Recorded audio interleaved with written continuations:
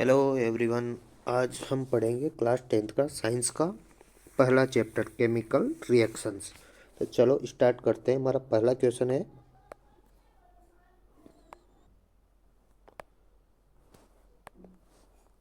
निम्न में से कौन सी रासायनिक अभिक्रिया का उदाहरण है। तो हमें रासायनिक अभिक्रिया का उदाहरण बताना है। यहाँ पर बर्फ का पिघलना ये भौतिक परिवर्तन होता है, पानी का उबलना ये भी भौतिक परिवर्तन होता है, और नमक का घुलना ये भी होता है भौतिक परिवर्तन। रासायनिक परिवर्तन क्या होगा? लोहे पर जंग लगना। आंसर क्या होगा? लोहे पर जंग लगना।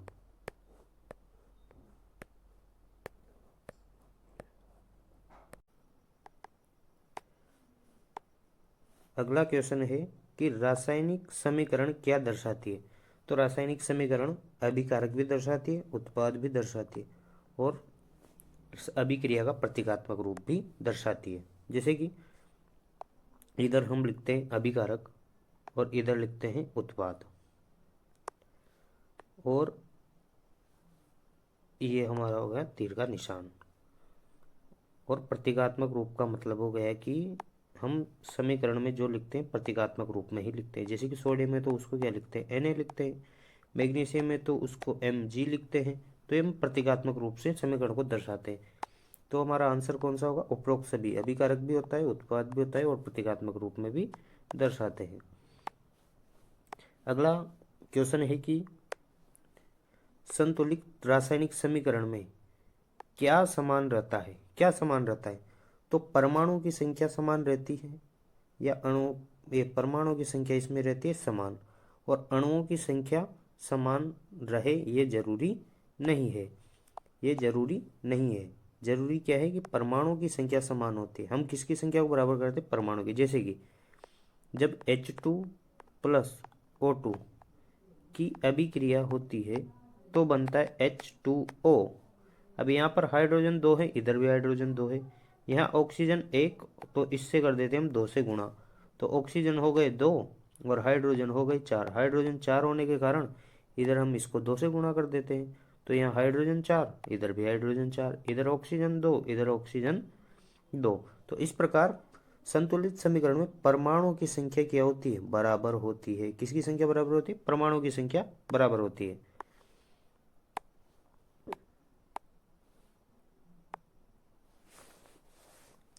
निम्न में से कौन सी संयोजन अभिक्रिया है? कौन सी अभिक्रिया पूछ रहा है? संयोजन अभिक्रिया। अब संयोजन अभिक्रिया का मतलब होता है कि केवल और केवल एक उत्पाद। क्या? केवल एक उत्पाद, बस केवल एक ही उत्पाद दिखाई देता है हमें। कितना दिखता है? एक उत्पाद। अब इसमें देखो, इसमें कितने उत्पाद दिख रहे हैं? दो। दो उत्पाद है, इसमें भी दो उत्पाद है, इसमें भी दो उत्पाद है, और इसमें कितना है? एक उत्पाद। तो हमारा आंसर कौन सा होगा? ए। कैल्शियम ऑक्साइड जल से क्रिया करके कैल्शियम हाइड्रोक्साइड का निर्माण करता है, और यह संयोजन अभिक्रिया का उदाहरण है। हमारा अगला क्वेश्चन है अपघटन अभिक्रिया। तो अपघटन अभिक्रिया में क्या होता है? एक अभिकारक होता है। अभिकारक क्या होता है? एक। और उत्पाद कितने बनेंगे? दो या दो से अधिक। कितने उत्पाद बनेंगे? दो या दो से अधिक उत्पाद बनते हैं। तो यहाँ पर देखो, पहले में एक अभिकारक है कैल्शियम कार्बोनेट। जब इसको गर्म किया जाता है, क्या किया जाता है? इसको गर्म किया जाता है तो ये दो उत्पादों में टूट जाता है, कैल्शियम ऑक्साइड और कैल्शियम कार्बोनेट। और हमारा आंसर यहाँ पर यही होगा कि कैल्शियम कार्बोनेट कैल्शियम ऑक्साइड और CO2 में अपघटित हो जाता है। यानी कि अपघटन का मतलब ही टूटना होता है। वह रासायनिक अभिक्रिया जिसमें ऊर्जा का उत्सर्जन हो। अभी यहाँ पर ध्यान रखने वाली बात है कि ऊर्जा का उत्सर्जन, जब ऊर्जा का उत्सर्जन होता है तो वह अभिक्रिया होती है ऊष्माक्षेपी अभिक्रिया। कौन सी अभिक्रिया होती है? ऊष्माक्षेपी अभिक्रिया। वो अभिक्रिया ऊष्माक्षेपी अभिक्रिया होगी जिसमें ऊर्जा का उत्सर्जन होगा, वह होगी ऊष्माक्षेपी अभिक्रिया। श्वसन किस प्रकार का अभिक्रिया है? तो श्वसन है एक प्रकार से ऊष्माक्षेपी अभिक्रिया, क्योंकि श्वसन में ऊष्मा उत्पन्न होती है। श्वसन में क्या उत्पन्न होती है? ऊष्मा। इसके कारण ऊष्माक्षेपी अभिक्रिया हो गई।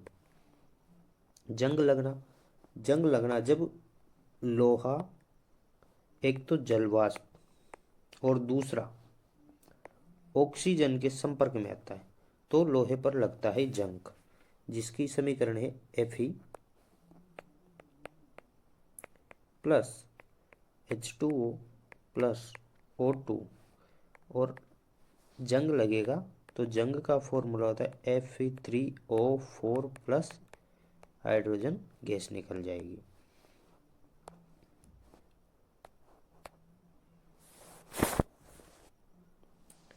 एक प्रकार से ऑक्सीकरण अभिक्रिया है। कौन सी अभिक्रिया है? ऑक्सीकरण अभिक्रिया, क्योंकि किसकी उपस्थिति में हो रही है? Fe प्लस H2O, ये है वाष्प, और ऑक्सीजन की उपस्थिति में। तो ऑक्सीजन, इसके साथ में ऑक्सीजन जुड़ रहा है लोहे के साथ में, Fe3O4 बना रहा है। तो लोहे के साथ में क्या जुड़ रहा है? ऑक्सीजन। और ऑक्सीजन का जुड़ना एक तरीके से क्या होता है? ऑक्सीकरण अभिक्रिया होती है। ऑक्सीकरण का उदाहरण है, तो ऑक्सीकरण का उदाहरण क्या हो सकता है? दो चीज़ें हैं, या तो ऑक्सीजन जुड़ जाए या फिर क्या हो जाए?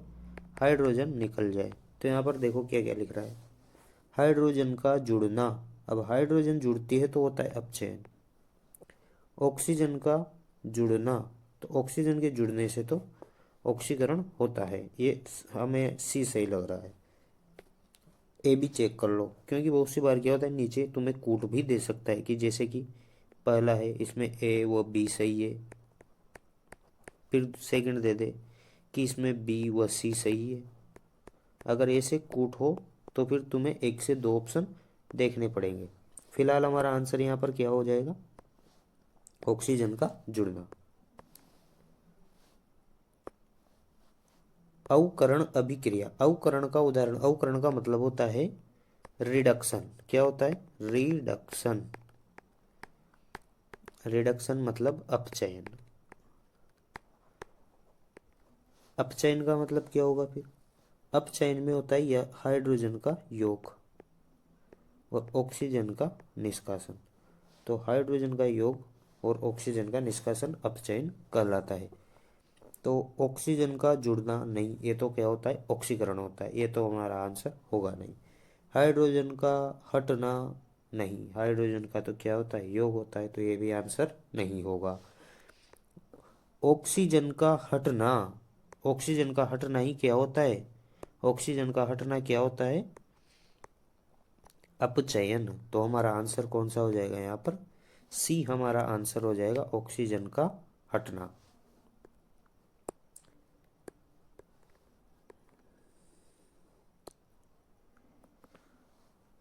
विस्थापन अभिक्रिया में क्या होता है? एक तत्व दूसरे तत्व को विस्थापित करता है। विस्थापन अभिक्रिया में एक तत्व दूसरे तत्व को विस्थापित करता है। Answer B.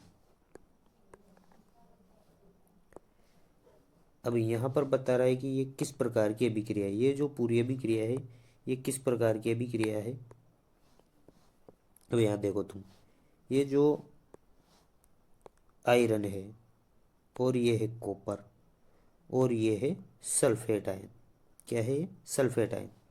अब तुम देखो कि ये जो आयरन है, आयरन ने कॉपर को यहाँ से हटाया और आयरन कॉपर की जगह पर आकर बैठ गया ये यहाँ पर सल्फेट के साथ में, और कॉपर यहाँ से अलग होके ये इधर आ बैठा। तो यहाँ से एक तरीके से आयरन ने कॉपर को विस्थापित किया है। विस्थापन का मतलब एक तरीके से यूँ समझ लो तुम कि भगाया है। क्या किया है? भगाया है। विस्थापन का मतलब भगाना। और भगाएगा भी कैसे? नहीं ऐसे भगाएगा, लात मार के। कैसे भगाएगा? लात मार के। और लात कौन मारता है? जो सक्रियता श्रेणी में ऊपर वाले जो तत्व होते हैं वो नीचे वाले तत्वों को लात मार सकते हैं, यानी कि ऊपर वाले तत्व नीचे वाले तत्वों को भगा सकते हैं, लेकिन नीचे वाले तत्व ऊपर वाले तत्वों को नहीं भगा सकते। तो यहाँ पर कौन सी अभिक्रिया हो गई बताओ तुम? अब तुम ही इसका आंसर दो, कौन सी हो गई? विस्थापन अभिक्रिया।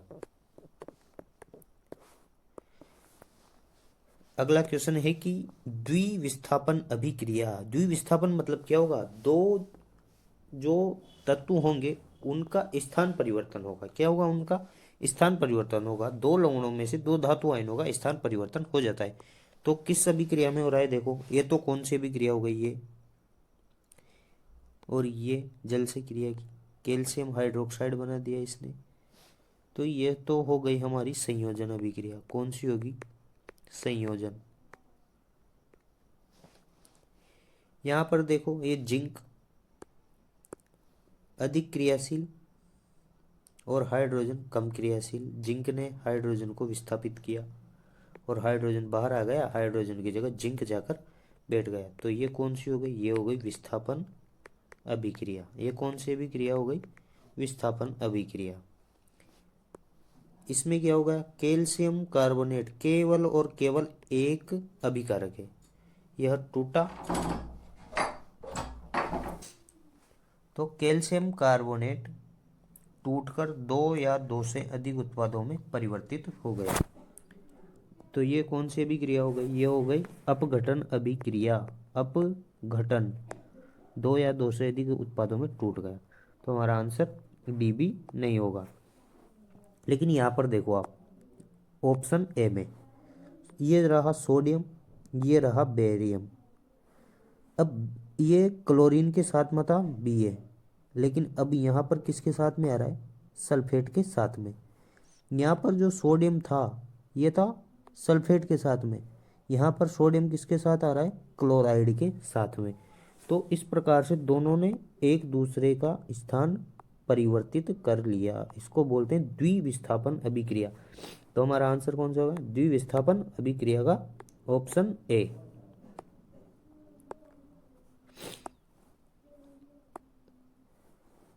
रासायनिक समीकरण को संतुलित करने का आधार है। अब रासायनिक समीकरण को हम संतुलित करते हैं तो किस आधार पर करते हैं, क्या आवेश संरक्षण के आधार पर करते हैं, क्या नहीं करते। गति का नियम, इससे भी नहीं करते। ऊर्जा संरक्षण का नियम, इससे भी नहीं करते। हम समीकरण को संतुलित करते हैं तो एक ही आधार है हमारा, द्रव्यमान संरक्षण के नियम पर। किसके नियम पर, द्रव्यमान संरक्षण के नियम पर हम समीकरण को संतुलित करते हैं। हमारा आंसर होगा ए। संकेत गैस बनाने को दर्शाता है। क्या पूछ रहा है कि कौन सा संकेत है जो गैस बनने को दर्शाता है। गैस को कौन दर्शाता है, तो गैस उड़ती है, गैस उड़ती है, ऐसे ऊपर जाती है। अब ऐसे ऊपर जाती है तो ऐसा चिन्ह कौन सा है, यहाँ पर एक ही है, केवल B. Answer B. Calcium hydroxide को सामान्यतया क्या कहते हैं, क्या कहते हैं कैल्शियम हाइड्रोक्साइड को, बुझा हुआ चूना। क्या कहते हैं, बुझा हुआ चूना। कैल्शियम ऑक्साइड को क्या कहते हैं, यह है कैल्शियम ऑक्साइड CaO। इसको क्या कहते हैं, क्या बिना बुझा चूना कहते हैं। बुझा हुआ चूना तो क्या होता है अपना CaOH का होल ट्वाइस चूना होता है ये। और बिना बुझा चूने को बोलते हैं हम क्विक लाइम। क्या बोलते हैं इसको, क्विक लाइम। हमारा आंसर होगा बी, क्विक लाइम। प्रकाश संश्लेषण किस प्रकार की अभिक्रिया है। तो प्रकाश संश्लेषण में क्या होता है, प्रकाश संश्लेषण एक तरीके से देखा जाए तो इसमें क्या होता है, ऊष्मा शोषी। क्या होता है, ऊष्मा शोषी, प्रकाश का अवशोषण करता है। ये क्या करता है, प्रकाश अवशोषण। क्या करता है, प्रकाश अवशोषण। तो एक कौन सी अभिक्रिया हो गई, ऊष्मा शोषी अभिक्रिया।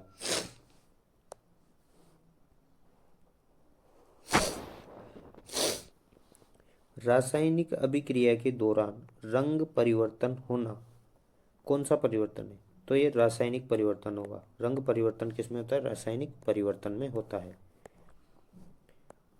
निम्न में से कौन सा अभिकारक है, उत्पाद। उत्पाद तो अभिकारक जब क्रिया करते हैं तो बनता है, ये तो आंसर होगा नहीं। प्रतिक्रिया के बाद बना पदार्थ, तो प्रतिक्रिया के जो बाद में बनता है वो क्या होता है, वो उत्पाद होता है।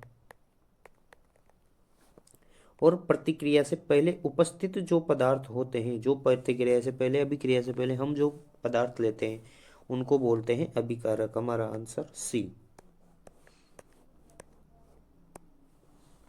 जंग लगने में आवश्यक तत्व नहीं है, तो कौन सा तत्व आवश्यक नहीं है? अभी हमने अभिक्रिया पढ़ी थी कि जंग लगने की अभिक्रिया क्या है, Fe plus H2O plus O2 Fe3O4 plus 4H2 plus क्या बनती है, हाइड्रोजन गैस बनती है। तो यहाँ पर आयरन, ये लोहा जरूरी है, जल ए भी जरूरी है, पानी, ऑक्सीजन ए भी जरूरी है। तो क्या जरूरी नहीं है इसमें पूरी समीकरण में? पूरी समीकरण में कार्बन डाइऑक्साइड की जरूरत नहीं है। तो हमारा आंसर कौन सा होगा, किसका आवश्यकता नहीं है? तो कार्बन डाइऑक्साइड की आवश्यकता नहीं है। लोहे पर जंग लगना किस प्रकार की अभिक्रिया है? तो लोहे पर जंग लगना किस प्रकार की अभिक्रिया है? लोहे पर जो जंग लग रहा है उसकी अभिक्रिया है Fe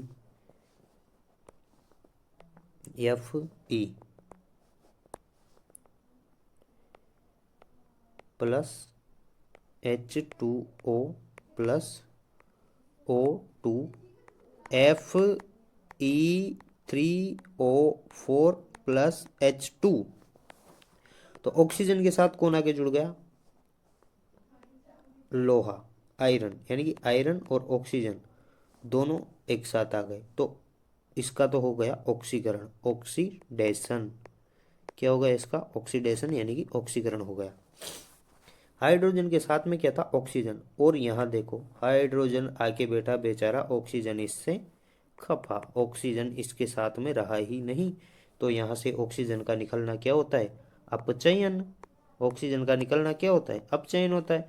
तो एक ही अभिक्रिया में ऑक्सीकरण भी हो रहा है, एक ही अभिक्रिया में अपचयन भी हो रहा है। तो ऐसी कौन सी अभिक्रिया है जिसमें ऑक्सीकरण भी होता है और अपचयन भी होता है? तो वह अभिक्रिया, एकमात्र अभिक्रिया, रेडॉक्स अभिक्रिया। ये क्वेश्चन देखो, वही रेडॉक्स अभिक्रिया में क्या होता है? केवल अपचयन नहीं, केवल ऑक्सीकरण नहीं, दोनों साथ होते हैं। हाँ, दोनों ही साथ होते हैं। रेडॉक्स अभिक्रिया में ऑक्सीकरण भी होता है और अपचयन भी होता है, तो दोनों एक साथ ही होते हैं।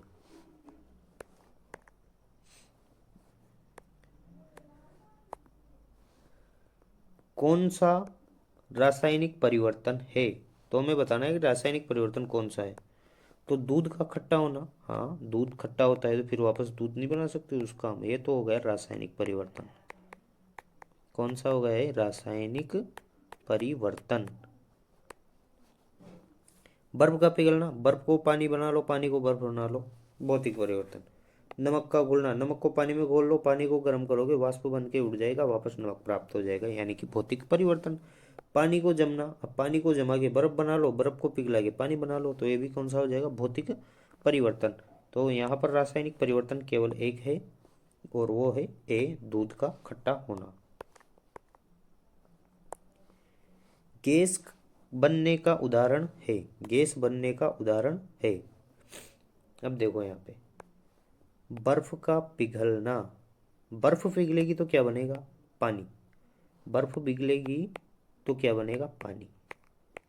मोम पिघलेगी तो मोम भी द्रव में आ जाएगी। दही का जमना, दही कैसे जमता है? दूध से बनता है और क्या होता है? द्रव। अब गैस का बनने का उदाहरण कैसा होगा? देखो यहाँ पर HCl है और जिंक है, इनकी हो रही है अभिक्रिया। क्या हो रही है इनकी? अभिक्रिया। जब जिंक और HCl अम्ल की अभिक्रिया होती है, तो हमें पता है कि अम्ल और धातु क्रिया करके अम्ल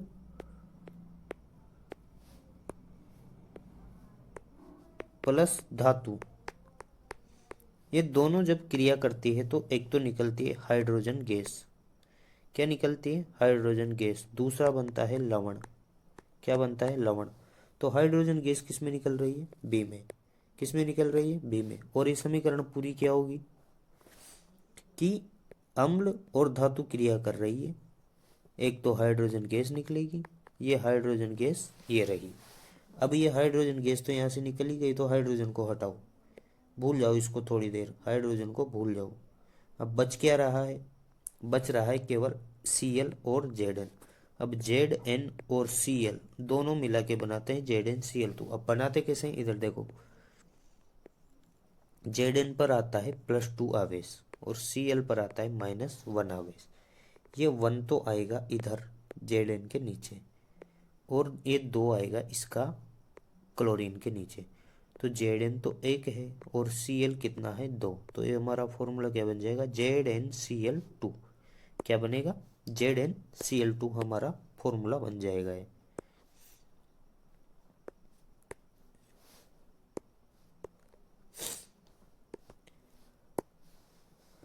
कैल्शियम कार्बोनेट का उष्मीय अपघटन कहलाता है। तो जब कैल्शियम कार्बोनेट का हम उष्मीय अपघटन कर ही रहे हैं तो उसका उष्मीय अपघटन ही कहलाएगा।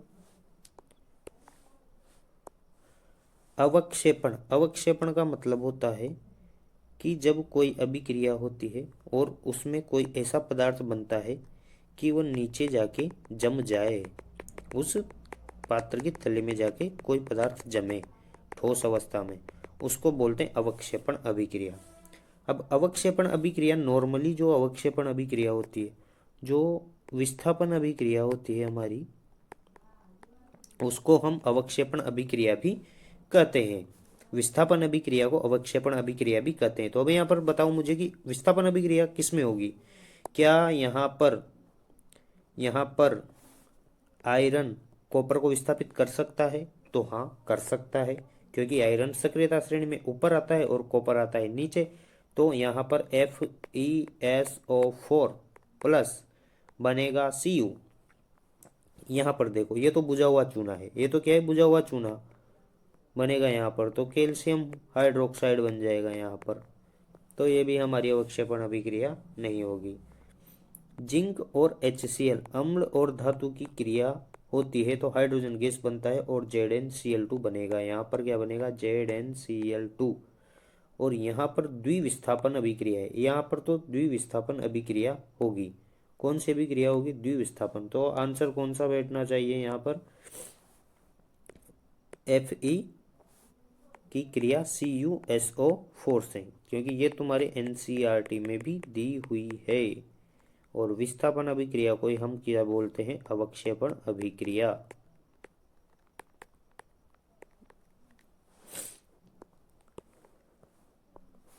अभिक्रिया में ताप बढ़ाने का अर्थ है, ताप बढ़ाने का अर्थ क्या है? उष्मा देना। ताप बढ़ाने का अर्थ होता है उष्मा देना।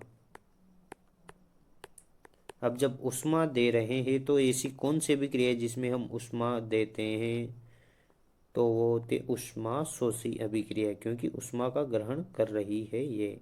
तो उष्मा शोषी अभिक्रिया में ताप को हम बढ़ाते हैं। जैसे कि अपघटन अभिक्रियाएं कौन कौन सी होती है? उष्मा के कारण अपघटन होता है, उष्मा के कारण अपघटन होता है, प्रकाश के कारण अपघटन होता है, और विद्युत के कारण भी अपघटन होता है। तो जब हम उष्मा दे रहे हैं तो वो उष्मा का अवशोषण कर रही है, कौन सी अभिक्रिया हो जाएगी? उष्मा शोषी अभिक्रिया। ये तुम्हारे है नहीं 10वीं में, 9th में था कि द्रव्यमान संरक्षण का नियम किसने दिया? तो किसने दिया था? लवाइजिए ने दिया था। संतुलित समीकरण में गुणांक दर्शाते हैं, किसको दर्शाते हैं? मोल अनुपात को, अणु को, परमाणु को, या आयतन को? तो ये दर्शाते हैं आयतन को। किसको दर्शाते हैं? आयतन को। आंसर होगा इसमें कि ये किसको दर्शाते हैं, मोल अनुपात को दर्शाते हैं। कि जैसे कि H2 है, O2 है और H2O है, तो ये इसके साथ में लगेगा तो इसके साथ में लगेगा, तो यानी कि 2 मोल हाइड्रोजन 1 मोल ऑक्सीजन मिलके बनाएंगे 2 मोल जल। तो ये दर्शाते हैं मोल अनुपात को।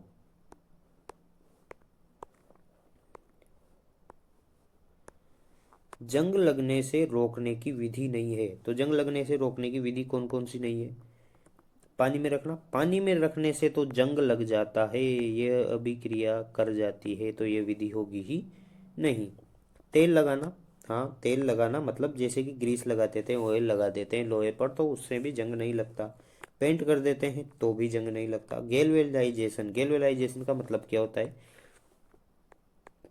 कि धातु की कोई वस्तु है उस पर हम जिंक की परत चढ़ा देते हैं। किसकी, जिंक की परत जब हम उस पर चढ़ा देते हैं तो उसको बोलते हैं गैल्वेनाइजेशन। आंसर कौन सा होगा, पानी में रखना हमारा आंसर हो जाएगा। विद्युत अपघटन किस प्रकार का अपघटन है। अब विद्युत अपघटन है तो विद्युत के कारण ही होता है, तो विद्युत अपघटन विद्युत अपघटन ही होगा। कैसे कैसे प्रश्न है। सिल्वर क्लोराइड का प्रकाशीय अपघटन होता है क्योंकि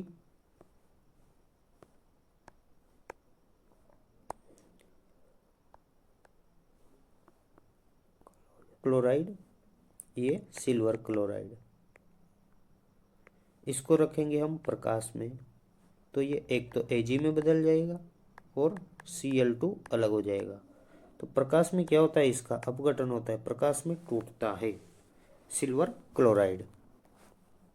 आंसर होगा सी। अभिक्रिया की अवस्था को दर्शाने के लिए प्रयोग होता है। अवस्था को दर्शाने के लिए क्या प्रयोग होता है, अवस्था के लिए हम संकेत का प्रयोग करते हैं। किसका प्रयोग करते हैं, संकेतों का प्रयोग करते हैं अवस्था दर्शाने के लिए। जैसे कि अगर ठोस है तो सॉलिड एस, द्रव है तो लिक्विड, और गैस है तो जी से प्रदर्शित करते हैं। और अगर जलीय विलयन है, क्या है, जलीय विलयन, तो फिर हम ए क्यू का उपयोग करते हैं, एक्वस। एस का अर्थ क्या होता है, सॉलिड यानी कि ठोस। निम्न में से कौन सी द्विविस्थापन अभिक्रिया है, द्विविस्थापन, तो तत्व और तत्व नहीं, तत्व तत्व में द्विविस्थापन होगी नहीं।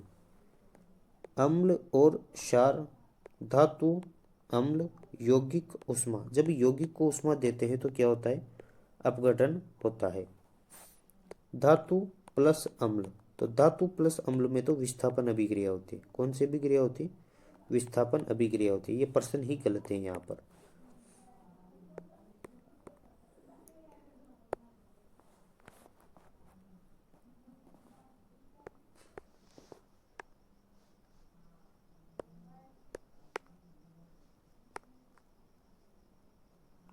तटस्थीकरण अभिक्रिया, तो तटस्थीकरण अभिक्रिया का अर्थ होता है उदासीनीकरण अभिक्रिया। उदासीनीकरण अभिक्रिया होता है, और उदासीनीकरण अभिक्रिया में होता है अम्ल प्लस क्षार। अम्ल और क्षार की जब क्रिया होती है तो लवण बनता है और जल बनता है, इसको बोलते हैं उदासीनीकरण अभिक्रिया। तो अम्ल और धातु के बीच में होती है क्या, नहीं होती। धातु और जल के बीच में नहीं होती, क्षार और जल के बीच में नहीं होती। तटस्थीकरण यानी कि उदासीनीकरण अभिक्रिया किसके बीच में होती है, अम्ल और क्षार के बीच में। इसको न्यूट्रलाइजेशन भी बोलते हैं। क्या बोलते हैं इसको, न्यूट्रलाइजेशन, न्यूट्रलाइजेशन अभिक्रिया।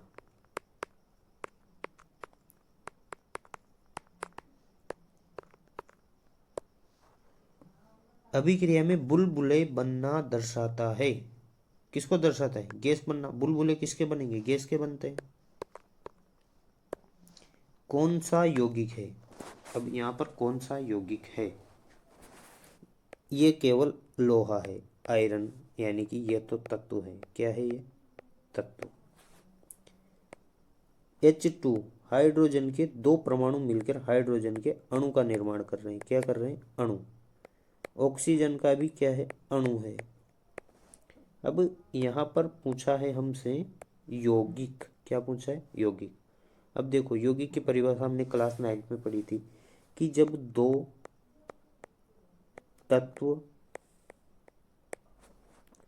निश्चित अनुपात में, यहाँ पर दो ही ले रहा हूँ मैं क्योंकि अभी यहाँ पर दो ही है, हो सकता है 3 भी हो, 4 भी हो, 5 भी हो, तत्व कितने भी हो सकते हैं। तो यहाँ पर केवल दो ही तत्व है तो दो की बात कर रहा हूँ मैं। दो निश्चित तत्व और निश्चित अनुपात। किसमें? निश्चित अनुपात में, जैसे कि 1:2 में, 2:3 में। निश्चित अनुपात में जब योग करते हैं 1:1 में, तो तत्वों से यौगिक का निर्माण हो जाता है। और यहाँ पर केवल NaCl है जिसमें दो तत्व हैं। एक तो है सोडियम, एक है क्लोरीन। सोडियम पर +1 चार्ज होता है और क्लोरीन पर माइनस चार्ज होता है। और इसका एक इधर जाएगा, इसका एक इधर आएगा, और Na और Cl दोनों मिलके क्या बनाए? NaCl यौगिक का निर्माण करेंगे। तो यहाँ पर यौगिक कौन सा है? NaCl। जो भी कंपाउंड मिलता है हमें, जो भी पदार्थ मिलता है, अगर उसमें तुम्हें केवल क्या मिलता है? एक तत्व। क्या मिले? एक तत्व, तो वह यौगिक नहीं होगा। यौगिक तभी बनेगा जब उसमें दो या दो से अधिक तत्व मिलेंगे। जैसे कि यहाँ पर हाइड्रोजन, इसमें दो परमाणु तो हैं लेकिन दोनों सेम ही तत्व के हैं। यहाँ पर ऑक्सीजन में भी दो परमाणु है लेकिन सेम ही तत्व के हैं, ऑक्सीजन के। यहाँ पर आयरन है, एक ही परमाणु है। लेकिन यहाँ पर देखो, सोडियम भी है, क्लोराइड भी है, सोडियम भी है और क्लोराइड भी है। तो यहाँ पर दो तत्व मिलके किसी एक यौगिक का निर्माण कर रहे हैं। तो ये ध्यान रखना है तुम्हें कि यौगिक किसे कहते हैं, कंफ्यूज मत होना। अभिक्रिया की गति बढ़ाने वाला कारक नहीं है। तो अभिक्रिया की गति कौन बढ़ाता है? एक तो है ताप। मान लो कोई पदार्थ है जो कम ताप पर अभिक्रिया नहीं करता, तो हम उसका ताप बढ़ा देते हैं। जैसे कि ऊष्माशोषी अभिक्रियाएं होती है, तो ऊष्माशोषी अभिक्रियाओं में हम क्या करते हैं? उसका ताप को बढ़ा देते हैं, तो अभिक्रिया का वेग भी बढ़ जाता है। अब नहीं है ये हमें बताना है। उत्प्रेरक, जब उत्प्रेरक मिला देते हैं हम, जैसे कि लोहे की क्रिया किससे करा दें? ऑक्सीजन से।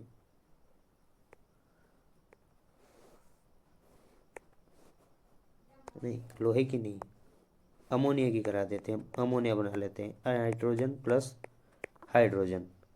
और जब यहाँ पर लोहे को लिया जाता है तो फिर NH3 यानी कि अमोनिया बनता है और बहुत ही जल्दी बन जाता है। तो ये उत्प्रेरक भी क्या करता है? अभिक्रिया के वेग को बढ़ा देता है। सतही क्षेत्रफल बढ़ाना। उत्प्रेरक की जब सतही क्षेत्रफल बढ़ जाता है तब भी अभिक्रिया का वेग बढ़ता है। लेकिन रंग, यहाँ पर रंग कोई कंट्रीब्यूट नहीं कर रहा है कि अभिक्रिया के वेग को बढ़ाए। तो यहाँ पर रंग ऐसा कोई कारक नहीं है जो अभिक्रिया के वेग को बढ़ाएगा।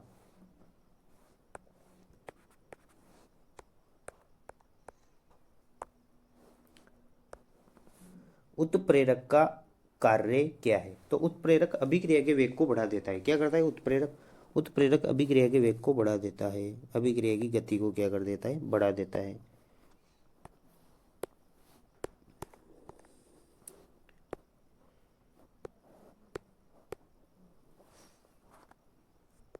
अगला क्वेश्चन है कि कौन सी अभिक्रिया में अवक्षेप बनता है? अवक्षेप यहाँ पर देखो किस में बनेगा।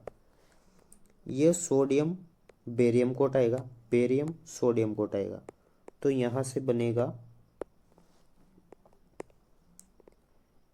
बेरियम सल्फेट और सोडियम क्लोराइड। और ये जो बेरियम सल्फेट है यहाँ पर अवक्षेप बनेगा। क्या बनेगा? अवक्षेप। अवक्षेप बनेगा। तो किस में बनेगा अवक्षेप?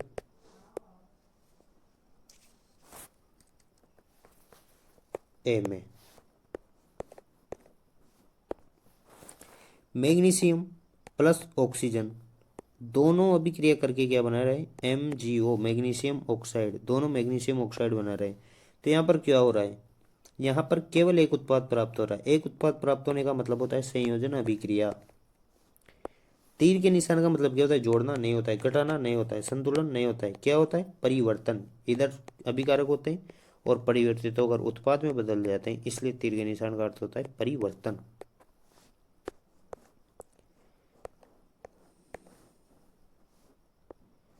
जंग लगने को क्या कहते हैं?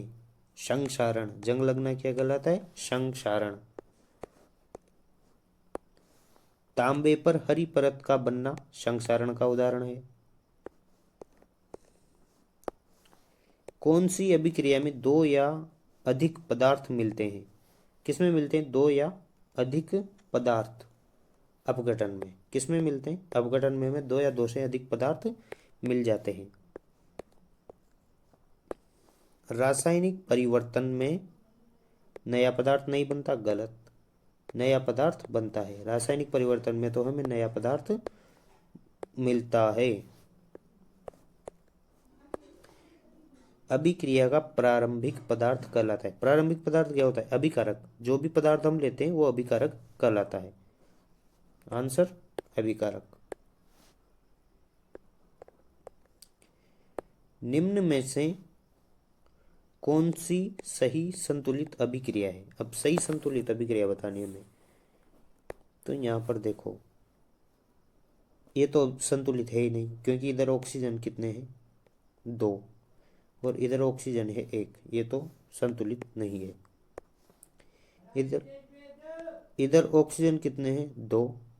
इधर ऑक्सीजन दो, हाइड्रोजन चार, हाइड्रोजन चार। इधर हाइड्रोजन दो, हाइड्रोजन दो। ऑक्सीजन यहाँ पर होगा नहीं, क्योंकि ऑक्सीजन यहाँ पर परमाणु रूप में दे रखा है। परमाणु नहीं होगा, ऑक्सीजन अणु के रूप में होता है। ए भी अणु के रूप में। दोनों अभिक्रिया नहीं होगी। ये भी नहीं होगी, ये भी नहीं होगी, ये भी नहीं होगी। कौन सी होगी? दूसरी वाली, बी। तो ये हमारा पहले चैप्टर के MCQ खत्म हो गए। अब कल हम करेंगे चैप्टर 2 के MCQ। इस प्रकार हम पूरे जो भी चैप्टर हैं, 12-13 चैप्टर हैं साइंस में 10वीं के, सभी के हम MCQ करेंगे। ठीक है? तो ठीक है, आज हमारा सेशन यहीं पर समाप्त होता है।